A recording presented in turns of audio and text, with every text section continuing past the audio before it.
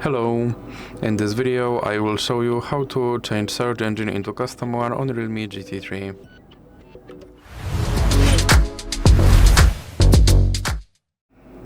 So you have to start by opening your internet browser, and now you have to go to your custom search engine website, and for this video I will use yep.com, and now you have to search something using your custom search engine.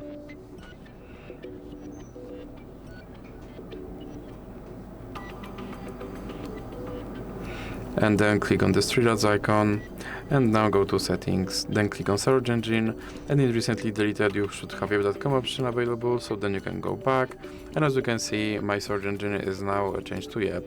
So that's it for this video. If you liked it, please remember to leave like and subscribe.